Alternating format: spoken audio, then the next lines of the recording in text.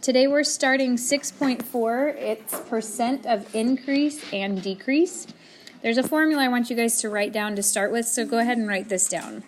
The percent of change is the amount of increase or decrease over the original amount. Then if we had abbreviated it, that means P equals AOC over the original. What do you think AOC, that C right there, might stand for?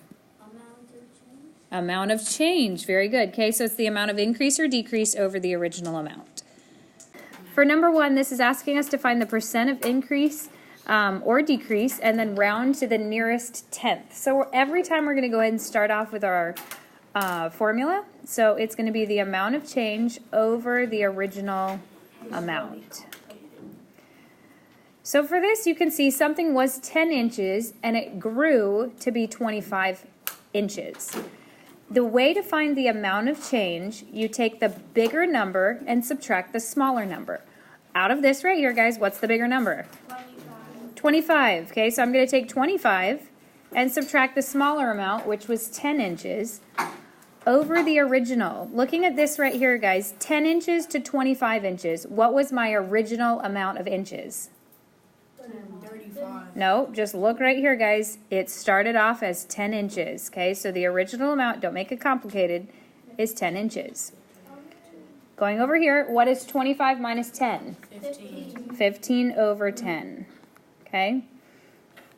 So for this, we know that means 15 divided by 10 because a fraction bar means divide. What's 15 divided by 10? 1.5. 1.5. Now, it has asked us to find the percent of change. So I've got to turn that 1.5 into a percent. How do I do that? Move the decimal 2 times. Move the decimal 2 times to the right. And what is that percentage? 150%. 150%. Now let's go back to the original problem. As I look at this, something was 10 inches, let's say maybe a little tree. It started off as 10 inches and it went up to 25 inches. Did it increase from the beginning or decrease? It increased because it was 10 and now it's 25. So the answer is 150% increase. Let's do another example, problem B. Let's imagine that at a party there were 65 people, but eventually by the end of the party there were only 57 people. Let's go ahead and find the percent of change as an increase or a decrease. Let's start with the original formula. What's the original formula, class? Okay, it's AOC over the original, the amount of change over the original amount. Remember, when we're trying to find the amount of change, you take the biggest number and subtract the smallest number. So what am I going to write for my amount of change? 65 minus 57. Excellent job. Now, in my problem, typically when reading from left to right, the thing that's on the left side, what was the original amount of people at the party? Okay, so over 65. Guys, what's 65 minus 57? 8. 8 65ths, all right? 8 over 65 or 8 divided by 65. Help me out, guys. What is 8 divided by 65? 0.0230769. Okay, so it's a big old number. I'm just going to stop right there. What should I do to that decimal point? You'll move it twice. 2 places to the right. So I know it's going to end up right there. Now this is what it asks me. Round to the nearest tenth. Remember, the tenths place is the number right after the decimal point. So that rounded to the nearest tenth, what do I get, guys? 12.3. Okay, 12.3%. You're going to stop it right there at that 3. And if I look back at the original thing, I had 65 people. At the end, there were 57 people. Did the amount of people increase or decrease? It decreased. There were more people at the party at the beginning than there were at the end. All right, so here we've got something that's 8 feet, and it increases up to 24 feet. I want you and your partner to go ahead and try to do this problem together. Start with your formula. All right, so our formula we're starting off with is AOC, amount of change over the original. Remember, you want to take your largest number, 24, subtract the smallest number over the original amount. How tall was this to start with? 8. It was 8 feet, okay? What's 24 minus 8? 16. 16 divided by 8, what is that? 2. 2. Okay, now listen. This is where people got confused. Where's the decimal point on my 2? before It's it. not 0.2. Let's say that's $2. $2 would look like this. $2. Okay? So you've got to move that decimal point over there. What's the answer, guys? 200%. Is this an increase or a decrease? Increase. All right. How many of you would say you got that as the correct answer? The table here shows the number of hours you spent online last weekend. What is the percent of change in your time spent online from Saturday to Sunday? So Nehemiah, help me to understand what is my formula we're going to start off with. A over C over original. Not A over C, AOC. AOC. Good job. The amount of change over the original. Janet, how do I find the amount of change? All right, very good job. So we're going to take our bigger number, which is 4.5, and subtract the 2 over 2. How do you know that that was the original amount, guys? It's the first one. It's the first one, and also it happened on Saturday. Saturday comes before Sunday, okay? Nikki, what's 4.5 minus 2? 2.5 divided by 2. Taylor, what is 2.5 divided by 2? Okay, it is 1.25. Now, once again, that's a decimal, and I want that to be changed to a percent. Brody, how do I do that? Move that decimal point over twice. And Harmony, what's my answer? Very good, 125%. Alexis, did this increase or did this amount decrease? It increased, so apparently you must have had more free time to spend online on Sunday than you did on Saturday. So it's a 125% increase. This bar graph here shows a softball player's home run totals. I want to know what the percent of change was from 2016 to 2017. So this whole thing right here, it starts at 2014, 2015, 2016, 2017. We are really just focusing on those 2 years. I want you and your partner to see if you can figure out what the percent of change was between 2016 to 2017. So for every time, we're going to go ahead and start with the original formula. Madison, what's the original formula? Okay, it's the amount of change over the original amount. William, how do I find the amount of change?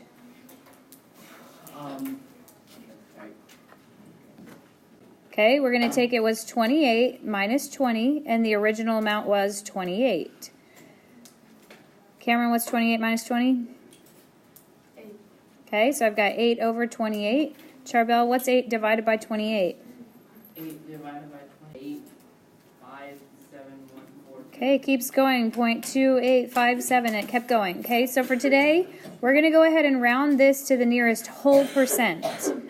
The whole number is this 28 right here. So that 28 asks this guy, are you 5 or bigger? What's he say? I'm a 5. It says yes. Okay, I'm a 5. So does the 28% stay the same or does it get bigger? Okay, so what do we round 28.5 to? 29%. Now let's think about this. It started out as 28. It ended as 20 home runs. Did this guy increase or decrease in his home runs? He decreased.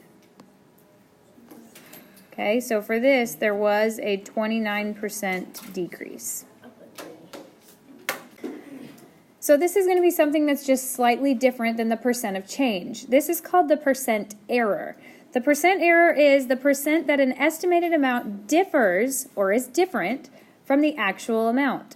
So here your formula is the percent error. In order to find it, you have to figure out the amount of error, so the amount that it was wrong, divided by the actual amount. All right, so helping us out with percent of error. How many of you guys have ever opened up a chip bag that you were super excited about, and when you looked inside, there was a lot of air inside of it instead of a lot of chips, okay? Or maybe any other kind of snack. How do you feel when you see that? It's like you had a ripoff, okay? You're normally not happy when you have 4 chips in your bag instead of a full bag that you thought you were purchasing, okay? So that had to do with error. Now, a lot of times, who do you think it is that's packing chips into our bags? Companies? Robots. Robots, okay? Now listen, back in the day, I think that people used to be the ones who put it inside of the bags. More now, we have a lot of technology and robots can do it. Robots are probably a little more accurate than people were. Why? Because they know exactly how to regulate it. For people, they could have been tired. Other times they might have been shoving extra things in there, okay? So here's what we have. We have a couple people who work at a pet store. For problem 4, it says they're filling the bags with about 16 ounces of homemade dog treats because they're filling up things for people who have a dog. The acceptable percent error when filling a bag is 5%. Tell whether or not the bag that these people bagged is acceptable or not.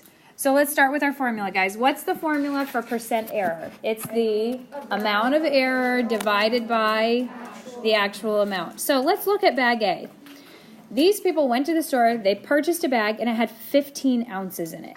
How do I figure out the amount of error? If I wanted it to be 16, but this is 15, what's the error? How much off was I?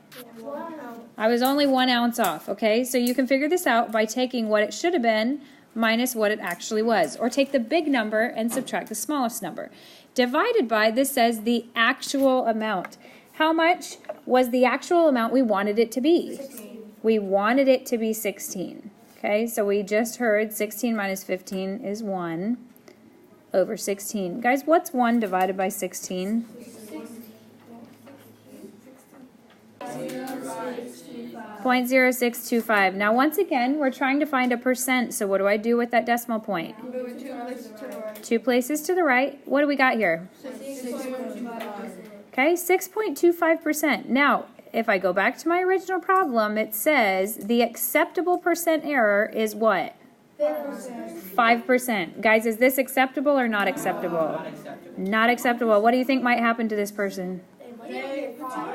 They could get fired. They no longer want them at their job, okay? That was not acceptable. Let's look at this other one. We've got to find the amount of error. For this one, this bag had 16.5 ounces in it instead of the 16 it was supposed to have. So how do I find the amount of error? Okay, you're going to subtract. We had 16.5 here. We were supposed to have 16 over what was the actual amount that it was supposed to have? 16. Over 16. Guys, what's 16.5 minus 16? 0.5. Okay, 0.5. So the amount of error was 0.5. They weren't too much off, divided by 16. Charbel, what's 0.5 divided by 16? 0.5 divided by 16 is 25. All right, 0.03125. If you remember, we can basically pretend this is not there any longer. We're going to go ahead and take this and move it over. So guys, what's the actual percent of error here? 3.125%. Is that acceptable or not acceptable? It is acceptable. So what do you think might happen to this guy? He's going to keep his job. He'll keep his job, okay? Very good. Maybe they'll feel really happy and give him a raise. I don't know. Okay? So that's how you work with percent error. So for tonight's homework, I want you guys to go ahead and pull out your midterm review sheet. This midterm review sheet is worth 10% of your actual grade, which means you want to make sure that you do it. The way to help you, all of the notes that we've taken throughout this year are going to help you to get the correct answers on these. So please use your notes as you go back through. You've got some time in class today that I'm going to give you, but tonight's homework is to do problems number 1 through 20. Now, numbers 1 through 20 is not a calculator section. On your midterm, this section, 1 through 20, you cannot use a calculator. So I want you practicing today without using your calculator.